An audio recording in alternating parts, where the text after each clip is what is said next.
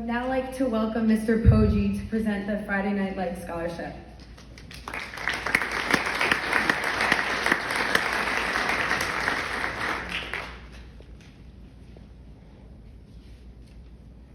Thank you.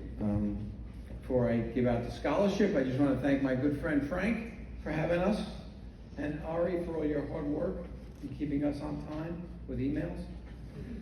So I'm Rich Poggi. I'm the chair of the Vito Trouse Memorial Charitable Trust, and we give out the Friday Night Lights Scholarship.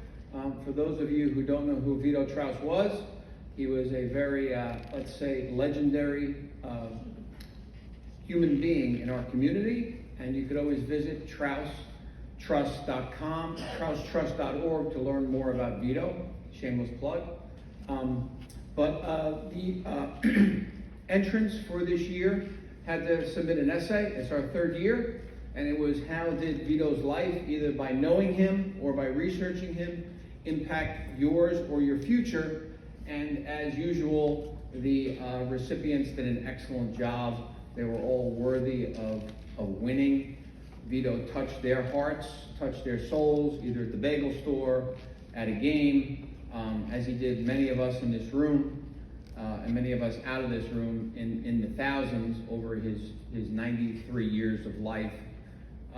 But one recipient, one entrant stood out of all the others.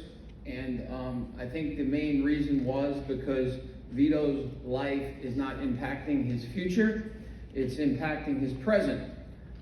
He not only did spearheaded as his Eagle Scout project, the Veterans Memorial at the Township Library, a beautiful brick and memorial that Vito unfortunately was not able to attend the ceremony, but he was able to see while he was alive. He actually died 2 weeks before the formal dedication, but I remember he told me how proud he was that had happened, and proud of the young man that spearheaded it with his fellow Eagle Scouts.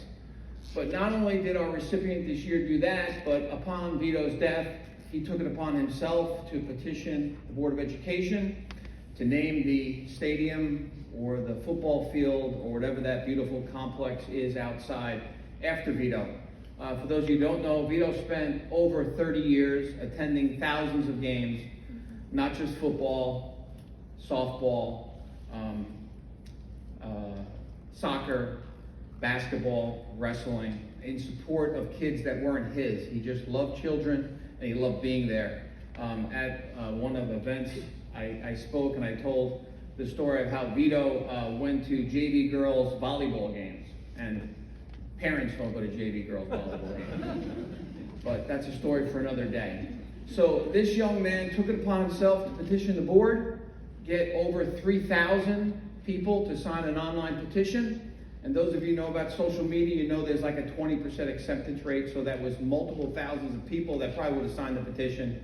But they knew that should be a no-brainer decision. So over 3,000 people, and over the course of 2 years, he showed up at every Board of Education meeting and stood in the face of the Board of Education members wanting action.